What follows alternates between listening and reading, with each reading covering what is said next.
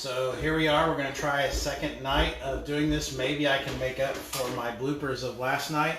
This is Reverent cooking. I believe this is episode 7. You've asked for it, so we're doing fried chicken tonight. I've done a lot of the prep work in advance because it just makes things a lot faster. Here I've got, there's going to be about 6 of us eating tonight, so I've got about 10 potatoes. Usually we do about a potato and a half per person. I've already peeled them and diced them. About that size is what I like to go. That way it cooks a little slower while I'm doing everything else. So I put the potatoes on first, cover them up with water to about a ½ inch underneath, over the top of the potatoes. Put a little salt in there, and here in a second I'll put a little bit of butter, oil. That kind of helps to keep it down, the boiling over. So I'm going to go ahead and turn that on. This stove goes 1 through 6 and then high. So I'm going to go about 5, 5.5 there, and we'll let that go. Here I'm going to be doing some, well, I just call it my mom's green beans. It's bacon and onion, salt, pepper, and southern green beans. So potatoes are going. We'll do that here in a second. And then right here is where we're going to be doing our fried chicken. So I'm going to go ahead and light this, put it on about a 6, fairly high, because we need to melt our shortening. The reality is that this is not a healthy dish, but it tastes really good. So we use shortening, and that just kind of helps with the crispiness in frying it. We've tried the baked chicken, and we've tried different crusts for baked chicken, and some of that has been successful. We've got what is it? An air fryer, and that has some success. The unfortunate thing about the air fryer is it actually doesn't have enough room, even for the large one, for our family to kind of do it. We end up taking just as long to do it, and so it really doesn't save us a whole lot of time. I used all of that container of shortening, so I'm going to go ahead and open this second one that I got ready. I learned my lesson from last night. Always make sure you have enough of your things, including gas. So since we're here in the house, we won't have to worry about the propane tank being empty. And so we're just going to keep moving forward. This is melting pretty well, so I'm going to turn this down here in just a second. We're going to get out a little bit more shortening. You want to be able to at least come up halfway on your chicken. A little over halfway is best, so that it cooks it all the way through on all sides. You could get by with a less oil, but you're going to have to do more flipping of your chicken, and then it requires a whole lot more like watching it. So I'm going to go ahead and put that up. Next thing I'm going to do is I'm going to go ahead and make our batter, and I'm making this from scratch using the gift Melissa got me for Christmas, a nice big heavy mortar and pestle, because when you're adding like herbs, you really don't want a big chunk of leaf in your skin. So I'm going to do this and kind of grind it up. So I'm going to use about 1/2 tablespoon of oregano. We're going to go 1/2 tablespoon of marjoram. This is similar to some of like the recipes I've seen online for like KFC's recipe, but I don't use 11 herbs. Melissa doesn't like all of those in there. We're going to use some onion powder, about 1/2 tablespoon of that. Garlic powder. Probably go closer to 3/4 tablespoon of that, because I just, like I've said before, I really like the garlicky flavor. Reiterate what you're cooking. What? You need to reiterate what you're cooking. We're doing fried chicken tonight. So it's one of those the things that was probably most asked for is fried chicken. So I'm making my breading for it. So I've got here oregano, marjoram, onion powder, garlic powder. I'm going to add a little bit of paprika. This is paprika, especially smoked paprika, is a nice light flavor. We're going to need a little more Crisco than that. So that's up top. Say hi to Melissa, everybody. Smoked paprika is what gives like Lowry seasoning salt that orangey color that it has. And it just adds a little bit of nice flavor. And I'm going to add just a little bit of turmeric. Not a lot, because Melissa does not like a heavy turmeric flavor in her chicken. And I'm going to take this, and I'm just going to kind of crush it together. We're really trying to get those leaves from the oregano and the marjoram a little more fine.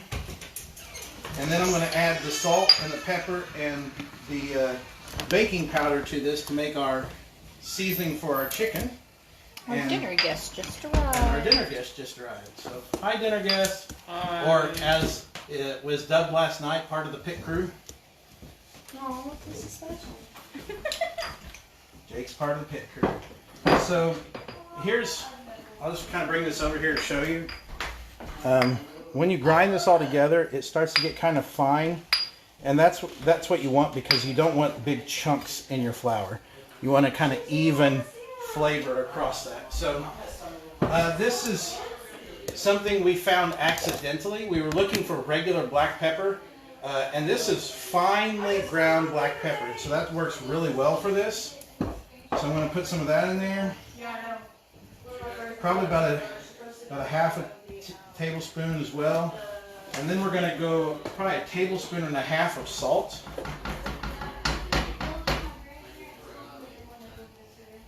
And we're going to grind all this together. And this will make, you could probably just get by with Lowry's. And Melissa and I used to pretty much always use just Lowry's seasoning salt. We've tried some other like store brand seasoning salts. Some of them we like okay, some of them we don't.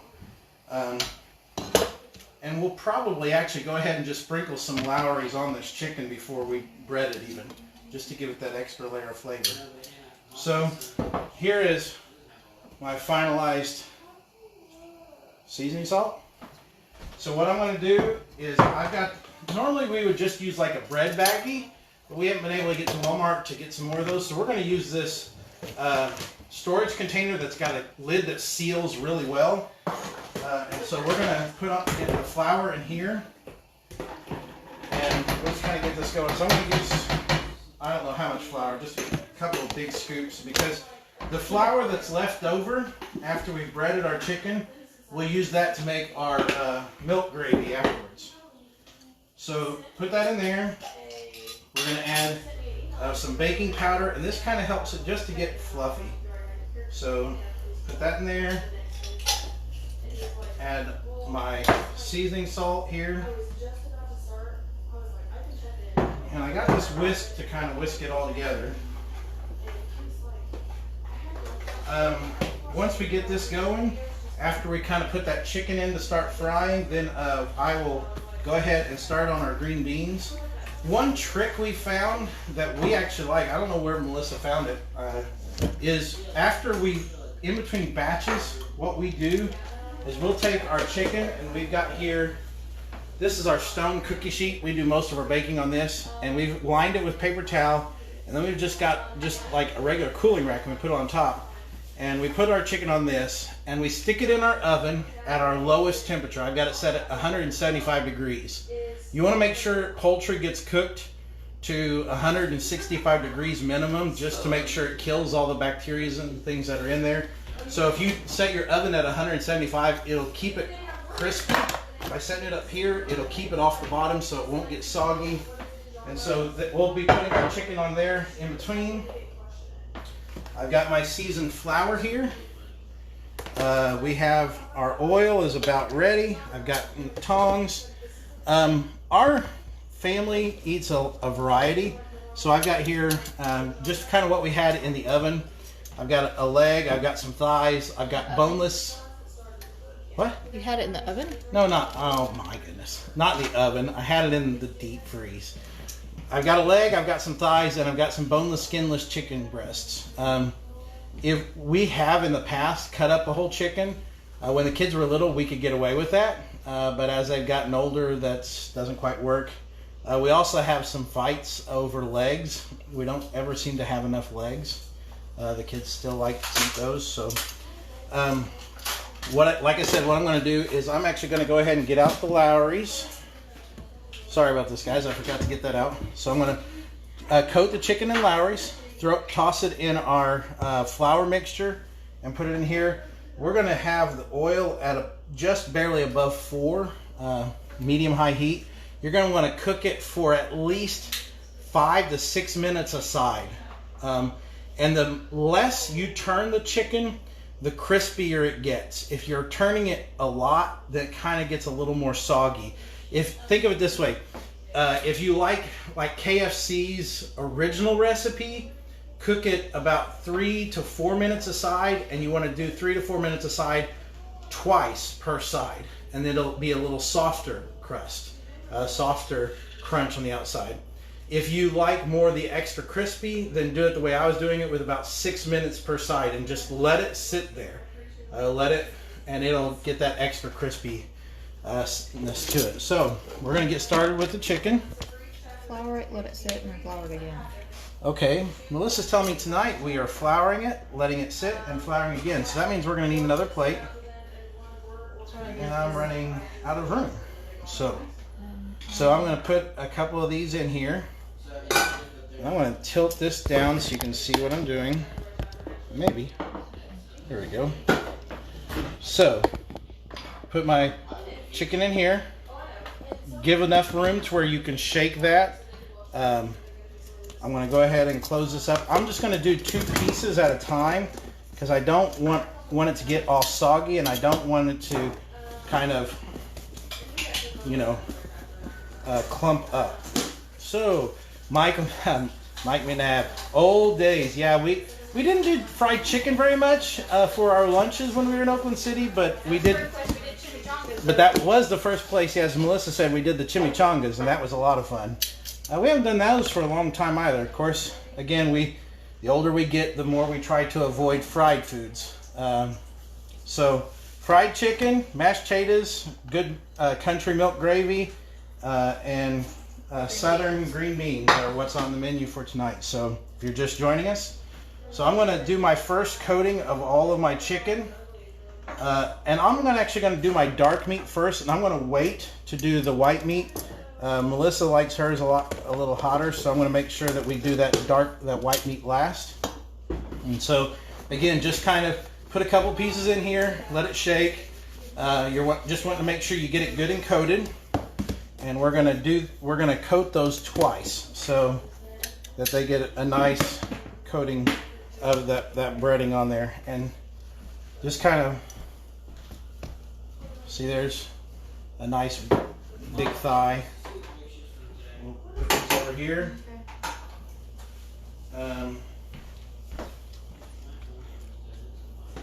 So I will admit that I'm hoping that I can redeem myself a little bit tonight. If you watched last night's, whether you watched it live or you watched the video, I did not do a very good job of being prepared. So we're going to do a good job tonight and make sure that we get everything together. So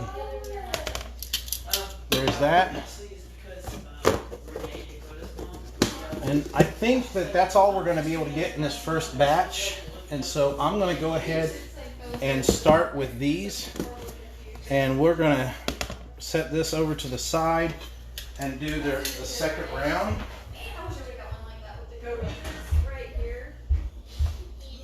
With flour. Again, you kind of want to make sure you get it off. I'm going to pull those first ones that I did, that leg and the thigh that I did right from the beginning. We're going to put those in for a second time, do the second coating, and we're going to start putting these into the hot grease. So, again, I really don't do this much cooking, but Melissa's kind of been letting me do it as we've been doing these videos. I've had a lot of fun doing them for the most part, although I'm learning to appreciate how much time she spends in front of the stove. So here's this double floured. You can kind of see it's got a nice good coating on it. So we're going to go ahead and stick that in, and our oil is nice and hot. So it's immediately starting to fry. going to take the ones we did second, put those in next. Get that second coat of flour on there. And I'm going to wait to start my timer until I get all this chicken in. And so, like I said, I'm going to do about 6 minutes per side. So I'll probably do about 5.5 minutes per side once I get them all in.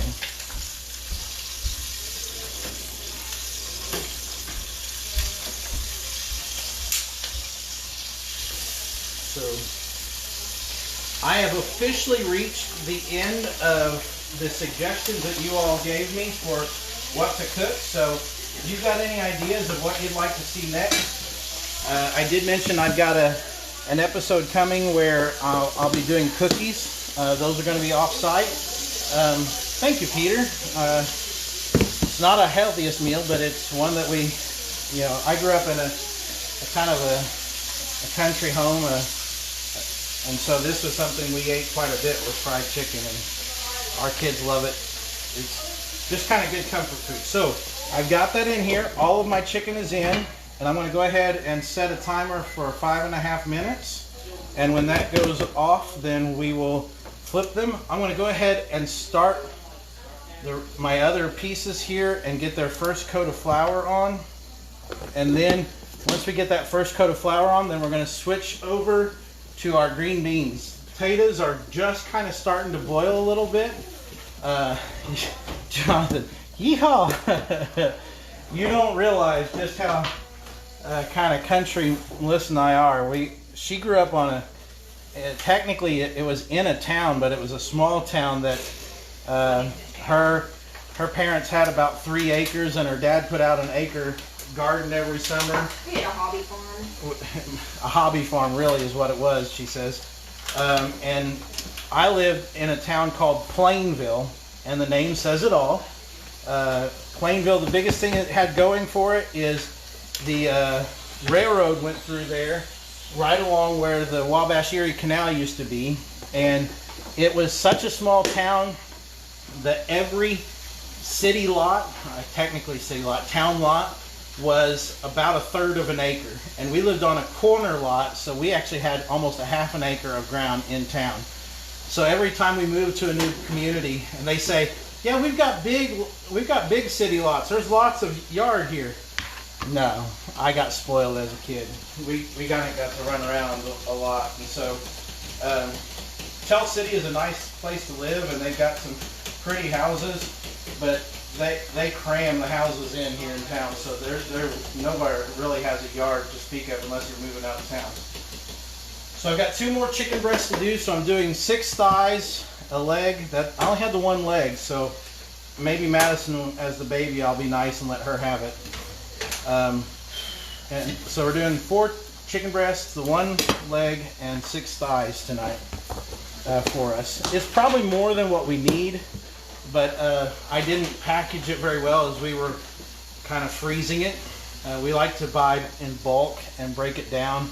Melissa's got a food saver that she uses a lot and really likes. So we've got about 3 more minutes before we flip the chicken. So the next thing we're going to do is we're going to go ahead and get started on our green beans. I'm going to turn this to about medium heat. And I talked about in one of my previous episodes, I think it was my first one, the breakfast episode. We keep bacon drippings, bacon grease around. So I'm going to take a good scoop of this, put it in the bottom, and let that melt. Because we're going to use the bacon grease to cook our onions before we put the green beans in. So bacon grease is already starting to melt. I've got, it's about 1/2 cup of chopped onions, and that's what I use for 2 cans of green beans. If I'm using more than 2 cans of green beans, like if we're having a big group, if we've got 3 cans of green beans, I'll actually drain one of the cans of green beans. We like our green beans a little more done. I don't want them to lose their texture and fall apart, but for country green beans like this, we want them to be a little more soft. Potatoes are starting to kind of come to a boil. This would be the point where normally you can take a wooden spoon and put across your pot for the potatoes, And this will actually help keep it from boiling over. I'm not for sure what it is about the wooden spoon doing that, but it does do that. You can also kind of keep that going by putting some butter or oil in it. It's low-fat bacon. Okay, sure, Peter. We'll tell ourselves that, but it's probably not. So, bacon grease is almost melted. So I'm going to put my onion in here. This is actually the rest of the onion from what we chopped up last night to do the corn with. Good God. Making a huge mess. Well, you can't cook fried chicken without making a mess here. Okay, she claims that she can cook chicken without making a mess, but the next time we do it, I'll see if I can catch her and we'll video her doing it and see how she does. Maybe she'll do a better job than I am. You guys ought to like tag her in this and give her a hard time, because I keep telling her she could do some of these cooking, and I'll just kind of either join her or assist her or moderate, or maybe just let her take the whole show. We have 30 seconds on our chicken. I'm going to kind of take this off and just kind of show you the chicken. Make sure I show you. There you go. So you can see how that chicken is starting to brown on the sides. I don't know if you can see that or not, but I'm going to take my lid off here in a second and we'll start flipping those, and then we will move on to the next stage with our green beans. So make sure I stabilize the phone. I don't want to give you guys a lot of motion sickness. So timer just went off. And again, like I said, you want at least 6 minutes per side. And you definitely don't want to skimp on it. So look at that, it's starting to turn brown. So just kind of flip those over in place.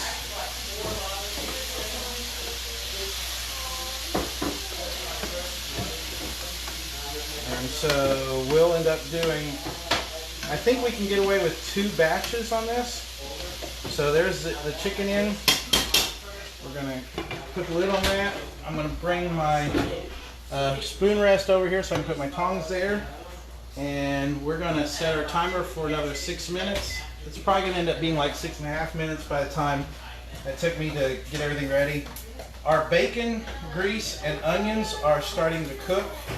I like it. Normally we might just chop up the bacon and use that. I have to admit, I actually cooked breakfast this morning and used up the rest of our thawed out bacon, and I just didn't want to go downstairs and get another package.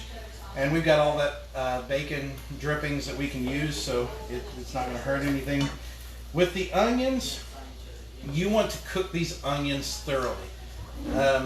Like I said, I don't like a raw onion taste in my green beans. I actually want the onions to flavor my green beans, and that's about it. I know some people who will cook their onions down in the bacon grease, pull all the onions out, and throw them away, which I find a little odd, because it's a little more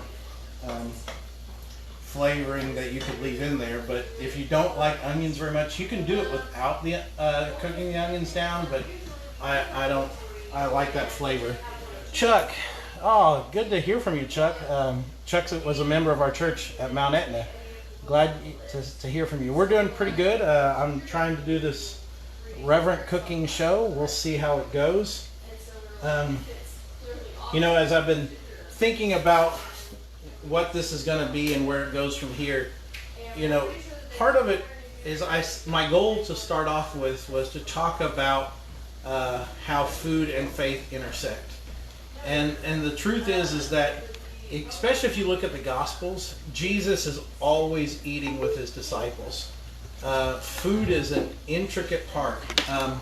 In fact, if you look at the story of the first communion on that Maundy, Thursday night, Jesus, in some ways, he was starting something very new out of the Passover meal. But in other ways, he was saying, every time you eat bread, every time you eat, every time you drink from the cup, every time you drink, think of me.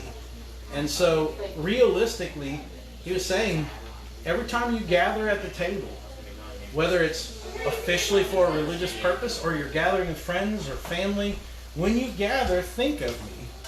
And so we've kind of always taken that approach. I know Mike McNabb was one of the people who commented earlier. Back when I was an undergrad, we used to do meals every Monday, Wednesday, Friday for lunches, and we just kind of invited the college students over, and we would sit around and we would worship and we would cook and we would eat, and we were being the body of Christ. I think that's part of the reason why early on in the book of Acts it says that they ate together daily. So I encourage you and invite you to stay within the health guidelines of your county and your community. But as things start to open up, find ways to invite people in, have people over, eat together, fellowship together. Because I think that's really important for us as Christians as we get to know one another. You can truly get to know someone when you eat with them. So, with that, as I've been talking, I've been trying to take up some time. I'm going to bring my onions over here. You can kind of see they're starting to turn a little translucent, even browning in some areas. That's a good sign. So we're going to let that go just a little bit longer, and then I'm going to put some, actually I'm going to go ahead and put some salt and pepper in now. And I realized that I'm not for sure what I did with the salt and pepper shakers. So, since I don't know where the salt and pepper shakers are, we'll use these. Melissa found them. Melissa is saving the day, as always. So, go ahead and salt this onions. And really, the bacon grease has a lot of salt in it from the bacon curing process. So that was probably only about a teaspoon, because this thing doesn't pour very well. And in fact, the pepper one doesn't pour very well at all. So I'm going to take the lid off and pour some pepper in there, probably about 1/4 of a teaspoon. Stir this up. Take the lids off of these cans. Melissa was nice enough to go ahead and use a can opener and open them up before I got started. So we're going to pour those in. And let those start to cook. It says we've got about 1 minute and 15 seconds left on our chicken for the second side. You know what? I don't know, that one of the things about chicken is you've got to make sure you get it cooked all the way through. I'm going to set my salt and pepper up there. We recycle, so we're going to put our cans down here. We're just kind of going to let this, I'm going to turn this down to 3 and let those green beans simmer. And come over here and check my potatoes. I can just tell by stirring them, they're getting softer, but they're not there yet. So we're going to just continue to let those potatoes boil. And we'll come back to those here in a little bit. Now would be a good time for me to be preparing for the chicken. So I'm going to pull this over. I'm going to set this in the back. Nope. Don't do that. Melissa's saying don't. The skillet is a little bigger than what I thought. So we're going to put that there. I'm going to put up the shortening. And we're going to get ready.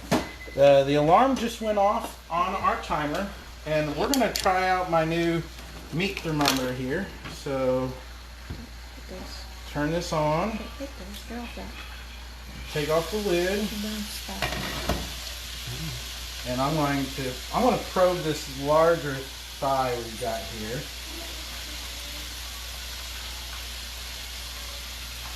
Well, maybe.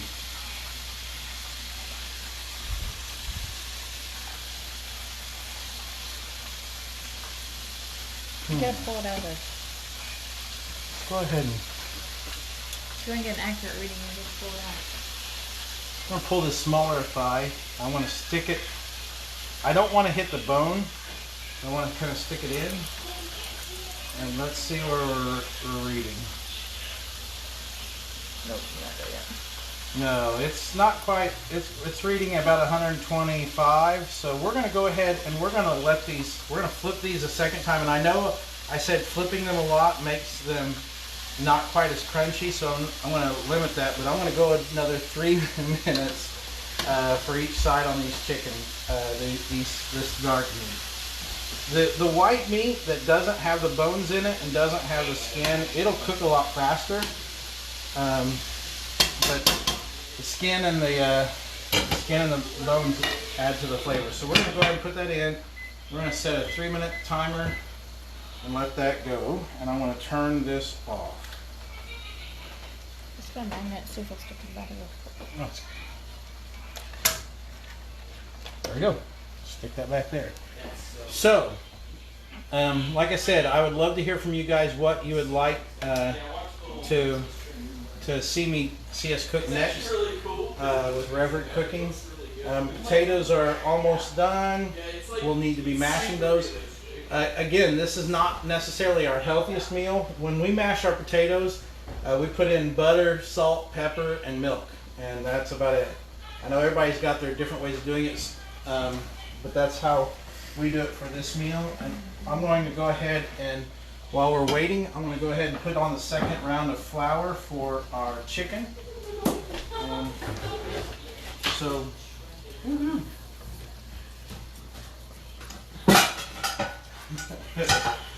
oh boy, Boo Boo. Hey, Boo Boo. Go get another picnic basket. Picnic basket. That's right. I am at least that old. I remember watching Rocky and Bullwinkle and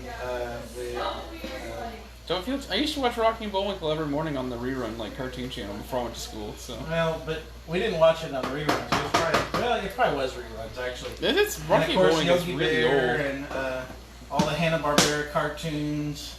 Of course, now you can watch them. I think what is it, Boomerang or whatever that. Yeah, Boomerang is the one. So, I think it's on Cartoon Network.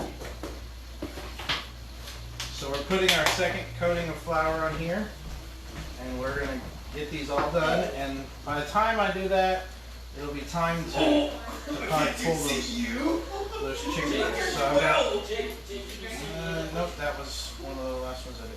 Part of why we do this, and I just want to show you this.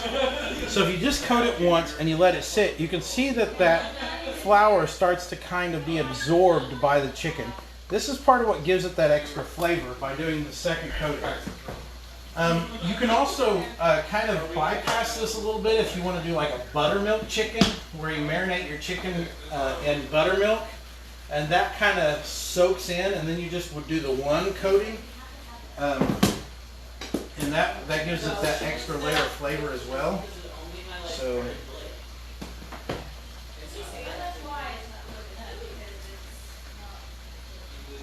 I've got 2 more breasts to do, and it says I've got about 20 seconds. So I'm just going to go ahead and put these in here, put this lid on it, and go ahead and do this shake. So that's the end of that. My timer just went off. Take my lid off. Do one more flip, and of course, since I'm wearing glasses, it fogged up my glasses. So we'll flip these piece of chicken over one more time, 3 more minutes. So basically we've let this fry for 18 minutes on, like I said, medium heat, and hopefully then it will finish off in the oven. Like I said, I've got my oven turned on to 175. This leg is probably getting close to done, but I want to go ahead and let it cook with the rest of it. So we'll go 3 more minutes. And then we'll pull this, we'll stick it in here, and we'll stick it in the oven. So, green beans are going. Well, it's time to check these potatoes. That's part of how you know a potato is done. You don't want to overcook potatoes because then it turns into not mashed potatoes, but kind of more potato soup. I remember at a time I had a family member who tried making mashed potatoes, and they made almost glue. So I'm just going to take this fork and stab it in the potato. If it comes through and it starts to break apart like that, it's about done. So what I'm going to do is I'm going to go ahead and put that potato back in there, and I'm just going to turn off this, the stovetop, and I'm going to let this sit for these next couple of minutes while this last side of the chicken is done. Once I pull this chicken out, I put the other chicken in, then we'll drain it and we'll make our mashed potatoes. So with that, my green beans aren't quite cooking this fast. I want to turn them up just a little bit. Probably should have done the green beans before we started on the chicken, but that's okay. Well, when you put cold grease in it, you have to wait for it to warm up. And then That's put true. cold green beans in. And Cold grease, cold onions, cold green beans, so everything has to heat up along the way, and we're doing lots of layers of heating there. So I got about 1.5 minutes, and we're going to pull out this chicken, and then we will move on to our mashed potatoes, making that final round of mashed potatoes. The last thing I will do is once we've done the chicken, the last set of chicken, then I'll make some milk gravy. And this was a skill that it took me a little while to master, because basically what you're doing is you're making a roux. We'll pour off most of this fat, most of the shortening that we are cooking this in. You'll want just a small, real thin layer at the bottom. We'll take the flour mixture that I have been battering our chicken in, and you just kind of want to create, just basically want to sop up all that fat. You don't want a thick paste. If you get it too thick, then it'll turn into a lumpier gravy. And then as you're going to want to cook that flour down. You want to cook out some of that floury taste. So the longer you let it cook, the darker it will turn, and the darker your roux is. The darker your roux is, the richer the flavor of your gravy. If you like a milkier taste, then you don't want to cook your flour for very long. If you like more of an even flavored, then you kind of want to let that roux cook a little bit more. So I've got 10 seconds left. I'm going to take this lid off. I'm going to turn off my timer. I'm going to go ahead and start taking this chicken out. And I'm actually going to do this not in the order I put it in, but I'm going to take this last thigh out, the biggest thigh out last, just simply because I want to make sure I give it as much time to cook as I can. So like I said, part of what I'm going to do is I'm actually going to finish this chicken in the oven. So we've cooked it for essentially 9 minutes per side, and there's that big thigh, that last one.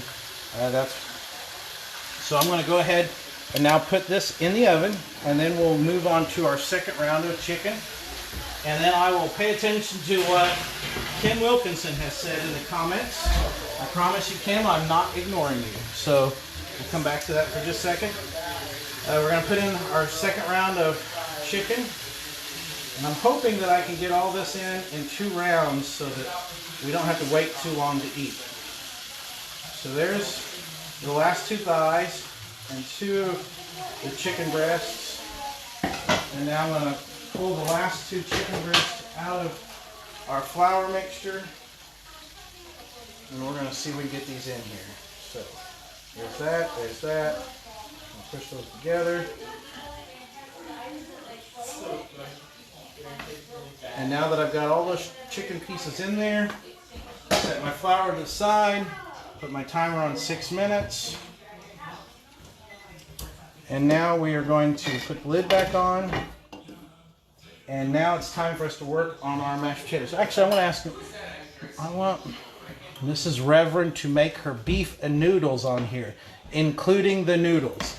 So you have a shout out, Melissa, for beef and noodles on Reverent Cooking. sorry, just had those recently. It might be a little bit, but that doesn't mean we can't convince her to do it. So I'm going to quickly drain these.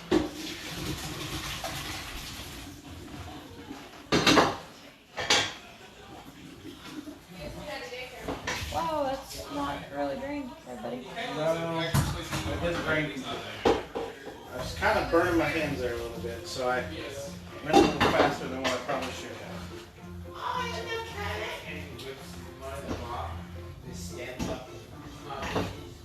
So, what I'm going to do is I'm now going to move my green beans to the back, turn off this front. I'm going to move this here.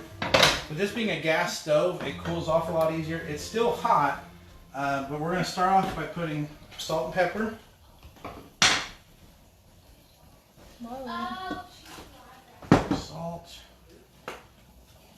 pepper. That's good. We're going to get our butter out here.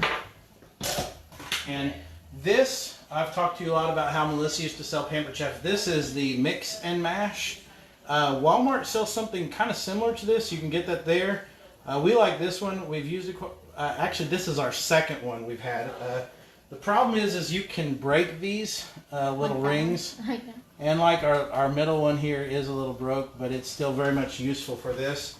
Melissa uses it, I think, in making her guacamole, and we use it in making mashed potatoes, and just about anything that we're going to mash. So I'm going to put some margarine in here, and I'm going to start mashing this up. I like to melt the butter in here before I add the milk. The milk kind of just finishes it off and gives it that creamier texture. I don't like a real milky flavored mashed potatoes. Some people do. Some people don't use milk at all. They use chicken broth. If you like a creamier mashed potatoes, one of the things I've seen like on Food Network and places like that is they'll save some of the starch water that the potatoes were boiled in, and they will use that to finish it off, just to kind of take some of those starches and bind it back together and make it a little creamier. We've used a hand mixer before, and that makes a very consistent, it whips it up really good, but it's more of a whipped potato than a mashed potato. We've used the old hand mashers. I think we still have one of the old wire mashers in there. But this just does a far more consistent job with this. So I've got it pretty mashed up, and now I'm going to add some milk in here. Again, one of the things about cooking is far more of an art. It's not a science. It's more to your palate, to your tastes, and what you like. And so part of cooking is experimenting. Melissa and I did a lot of experimenting early on in our marriage with things we liked and didn't like, and we're still experimenting to this day. We try new things, and we're not quite as adventuresome as we used to be, but we still will try a lot of things. And put some more milk in here, thin that down a little bit, and then I'm gonna have. Yep, I'll be cleaning the stove later. It looks like so. I think the consistency is just about right. So I'm going to let my wife taste it and see what she thinks. Oh, she's got gum in that, so I guess I will be tasting.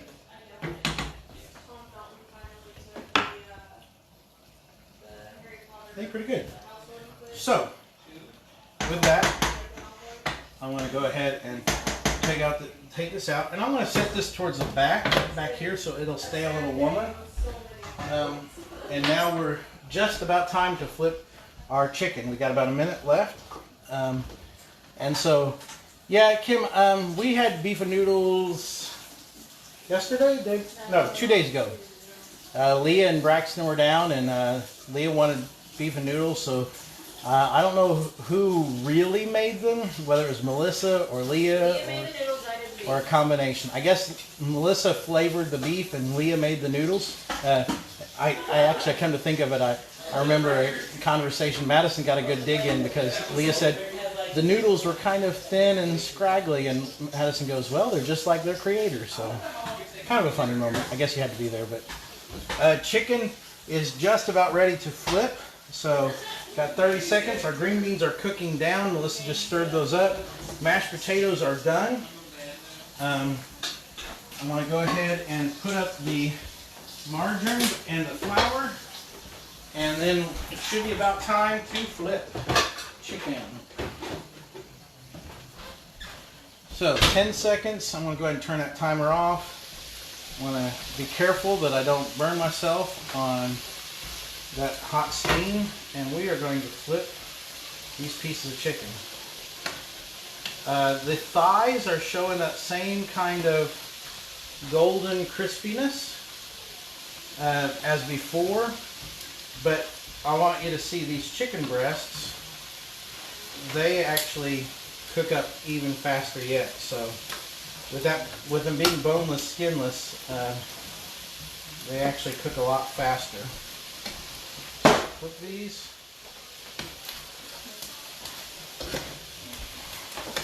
And Melissa's putting our mats back down, so now got all that chicken in here, flipped over.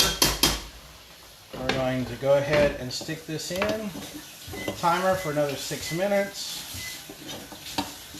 And I'm out of content. So I guess we will spend the next 6 minutes seeing what's going on with you all. See if you guys have any questions. Got about 6 people viewing right now, so if you guys have thoughts, I know Kim, I will add beef and noodles to our possibilities for moving forward for our maybe a future episode. Like I said, I know that I'm going to do that on-site cookies with a member of our church family. So anybody have any other suggestions of something you'd like? I think I see, is that Lauren Smart? You guys, no, it's one of the Smart family. I can't tell, the icons are really small. Looks like Peter, maybe still watching as well. So Peter, I need to ask you, since you made the comment earlier, is that low-fat bacon? Well, is there such a thing as a low-fat bacon that's not that crazy turkey bacon stuff that I'm not for sure really is bacon? I'll eat turkey bacon if I have to, but it's definitely not my favorite. So,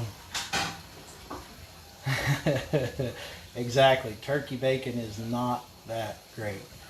And especially what made it worse is when we were in Oakland City, we watched a lot of Food Network, and Melissa saw one of those shows where they show you how it's made. And, it's Carol Smart. I knew it was one of the Smarts. And we saw how turkey bacon was made. And, it's kind of like hot dogs and things like that. Once you see how it's made, it just kind of ruins it for you. So, the last things we've got, like I said, is we're going to do the gravy. The green beans are cooking down. I'm actually going to stir these green beans real quick. I'd like to thank you guys for saying hi, Peter and Carol, and we'll see who all else is out there. I have been recording these, and I will download this and put it on my YouTube channel. I don't really put a plug there, but I would encourage you to subscribe to the YouTube channel. I've put at least one bonus video up there, and I plan to put some others. About every other video I'm going to do live like this. Maybe every third video I'll do live. Some of I haven't quite decided yet. Some of them, it's just, they're not as entertaining to do because there's a lot of waiting in there. Like I want to do an episode where I've got a brisket downstairs and I'd like to smoke that. But that is a long process, and so it'd be a really boring video to just watch the smoker for about 6 to 8 hours. And so some of them I'm just recording them, and they'll be posted directly to YouTube. I'll try and remember to post links on Facebook. But if you subscribe and they got that little bell thing for notifications, it'll let you know that I put a new video up. So, how thick have you gotten your crispy on your chicken? Well, this right here is not quite as thick as we've done it before. If you do the buttermilk chicken and you kind of have that intermediate stage where you're marinating it in buttermilk, it seems like it gets a little thicker that way. Also, I know some people who have battered it like I did, then they dredge it in milk and put it back in the flour. That'll make it a little thicker yet. Just adding that extra layer of liquid pulls more of the flour onto the chicken, and that's what causes it to get that thickness of crispiness. I'm not 100% certain how they get it super like thick crispies. And part of it also is I'm doing this in stages where I'm flipping the chicken. Most of them will deep fry their chicken, and so it's completely submerged. It doesn't have to cook quite as long. And do something that you can catch on fire. Peter, I'm not for sure what that would be. We could maybe Maybe we could play around and do a little hibachi grill or something like that. There's always time for a grease fire. There's always time for a grease fire. The key to a grease fire is not panicking. And do not throw water on a grease fire. That's another big key. Don't panic and don't throw water on a grease fire. So we got about a minute left to where before we'll check this chicken and see how it's doing. That was loud. It's okay. If it is done, then we'll move on to. Hi, Elizabeth. We'll move on to making our gravy. The gravy is the last stage before we will eat, so we'll kind of see how that goes. I've got about 30 seconds, and I'm going to go ahead and I'm going to pull up my probe thermometer again, just because I want to make sure I'm getting this chicken good and cooked. And so I'm going to go ahead and set that out here. I'm going to pull this lid off. Make sure you open the lid away from you so you don't burn yourself. Set it over here to the side. I'm going to pull the smaller breast just to kind of give it a see. And we're going to stick it down into the center and see how that goes. My timer just went off. And I'm sitting here. We're sitting at about 130 or so. So I may just go ahead and flip this one more time, give it 3 more minutes. 135 or so. So we're going to flip all this one more time, give it 3 more minutes, and look at that thigh. Look at that nice brown color.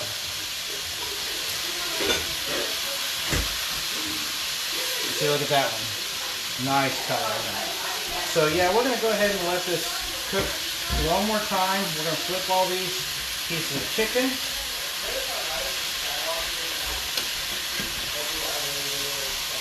And I'm just interested, this thickest breast here, I'm actually going to go ahead and probe it and see how it reads.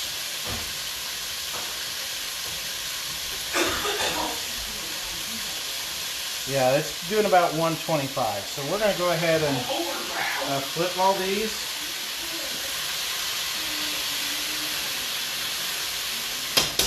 One thing about chicken is it will be really tight when you first put it in, but as it cooks, it shrinks up.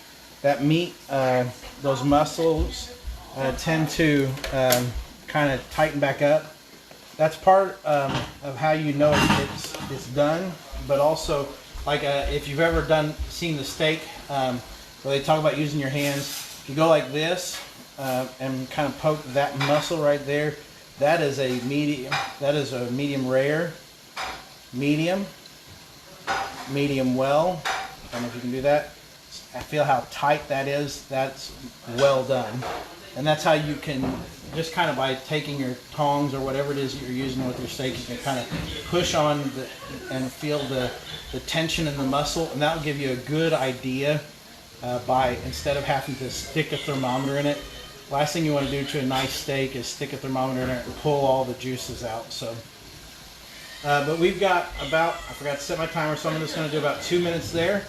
And once that gets done, we will move on to our gravy. So I'm going to go ahead. We like to take the cans from our green beans or whatever other vegetables we're using, and we pour the excess shortening in those, and we let it cool. That way it's easier to throw away and dispose of. If we lived out in the country and I could have like a compost pile, your grease doesn't really biodegrade that well, but you could put it out there. I know when we lived in Mountain Etna and we had chickens, we'd throw most of our scraps, including our old grease, to the chickens, and they would eat those. The chickens eat just about anything you throw to them. So we're going to go ahead. I've got about a minute left. I'm going to put up I've got my salt and my pepper. I'm going to go ahead and get out the milk as well, because we'll need a lot of milk for our gravy. Probably going to use up the last of this gallon, and then I've got a new gallon waiting. Fried chicken is one of my favorite meals. Well, it's one of our kids' favorites as well, so that's part of why we're doing it. And I know on that first episode I did, fried chicken was the most requested thing. So, of course, I had a couple of people who went crazy and tried to find the hard things to cook and things like that. So, put the spoon in the potatoes. I'm going to check my green beans. I'm going to pull these up here and show you guys this. The green beans, they kind of, see how the onions have turned translucent? You can kind of start to see through them. There's Melissa in the background. That's when you know that it's all about done. So I'm going to go ahead and just kind of turn the green beans off and let them sit back here. Because I've got the oven on for the chicken, it's going to keep this hot. So next thing we're going to do is we're going to go ahead and pull out our chicken. Always be safe. Again, that's probably not the smartest way for me to open the skillet. You want to open away from you. I want to take these thighs out and go ahead and put them in here.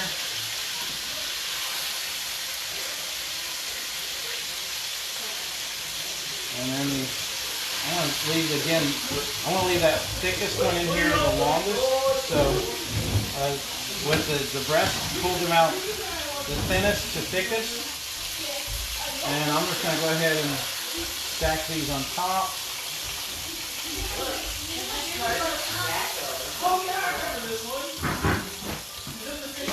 And then now it's time to make the gravy. So we're going to go ahead and close this up and let that chicken finish.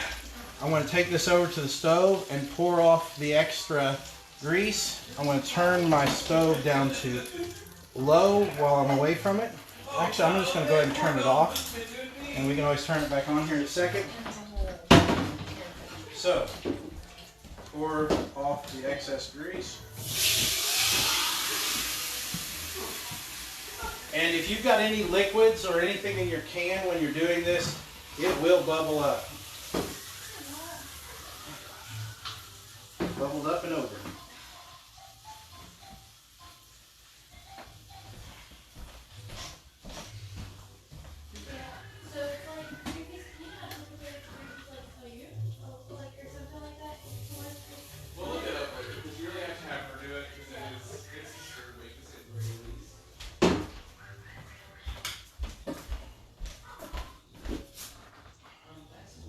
So,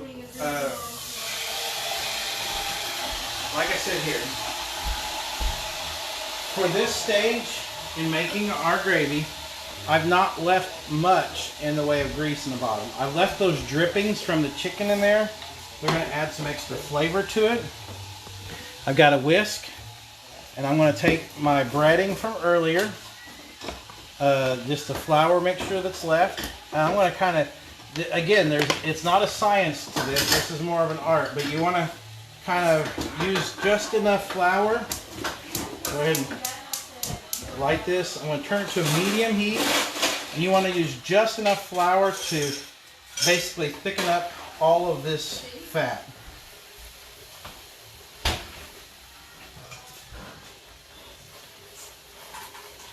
And this is making the roux.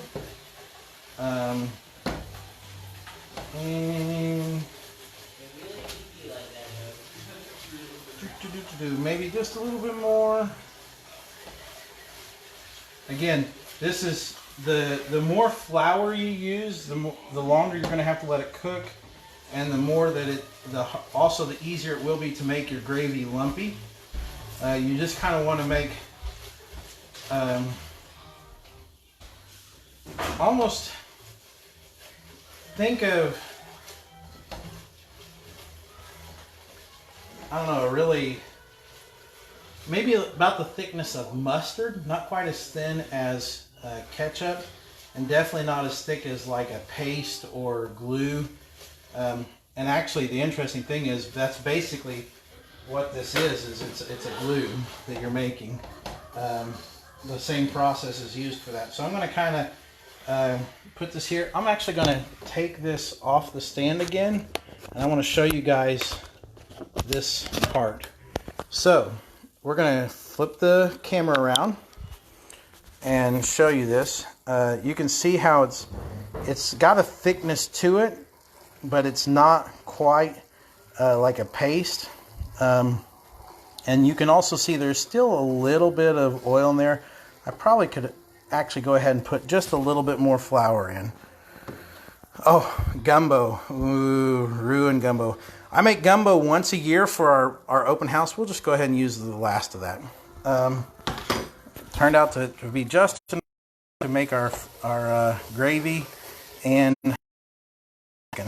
see it up and kind of clump a little bit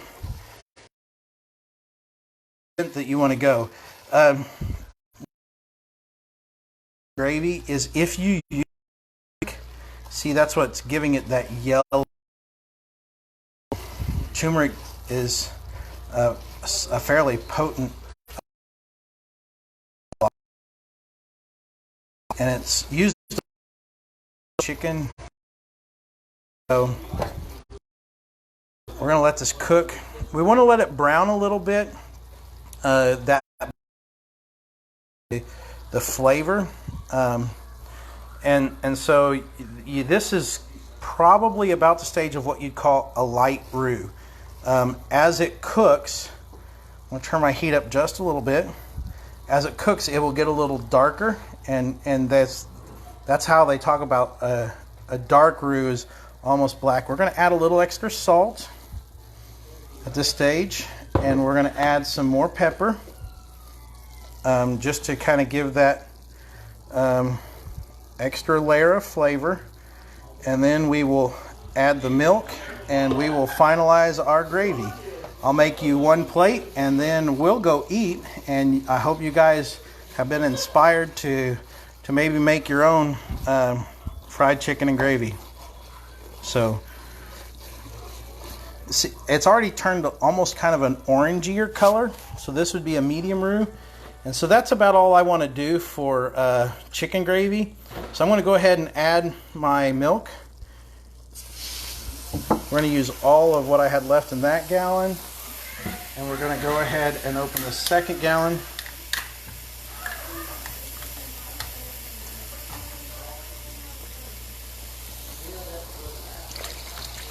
And you basically want to add about twice as much milk as you had flour and grease mixture. And here, the key here is to not have your heat too high and to stir, help to kind of keep your gravy from getting lumpy too. One of the things you want to do real early, you don't want to do this late in the process. As the milk starts to boil, once that milk boils, it's going to let the starches in the flour kind of thicken it. And once it comes to a boil, essentially at that point in time, you've got all the thickness out of the flour you can. I'm going to taste this real quick to see if it needs more salt and pepper. Actually, no, that's about perfect. So now we're just going to let this go, and we're going to let this come to temperature. Once it comes to a boil, that gravy will be about as thick as it gets. So I'm going to have, I don't know if they've gotten out plates yet for, I'm going to bring a plate in here.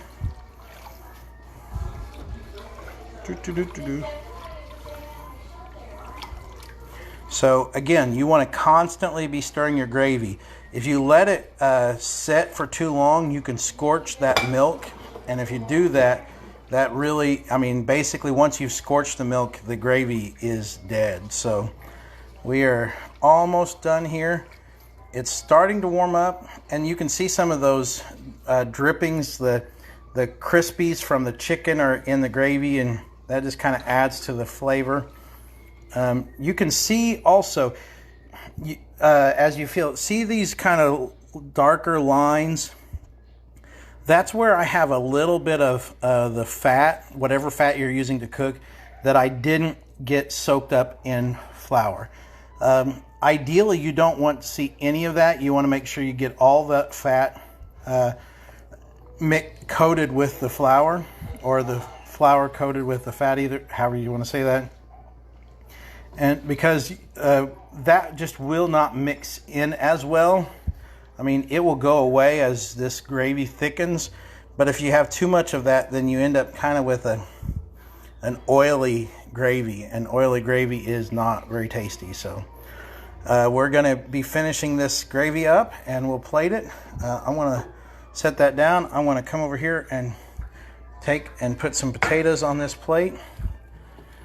We do about a potato and a half per person.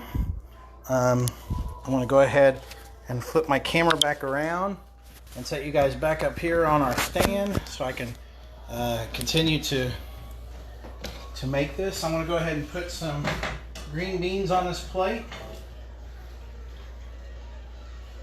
Like that.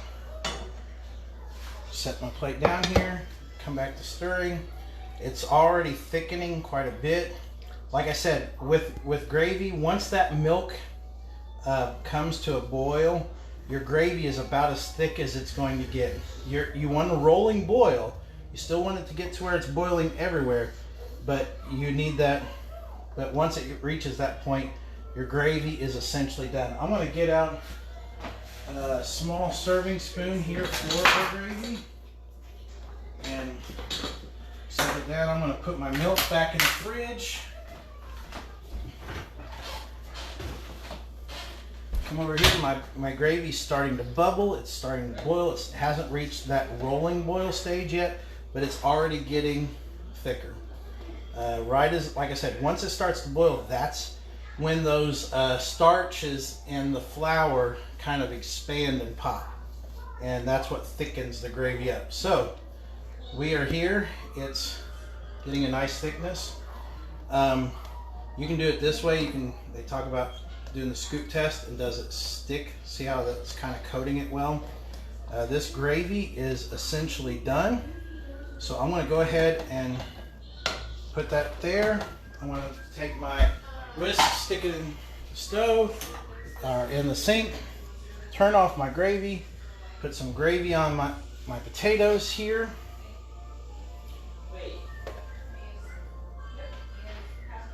I'm going to get a piece of chicken out.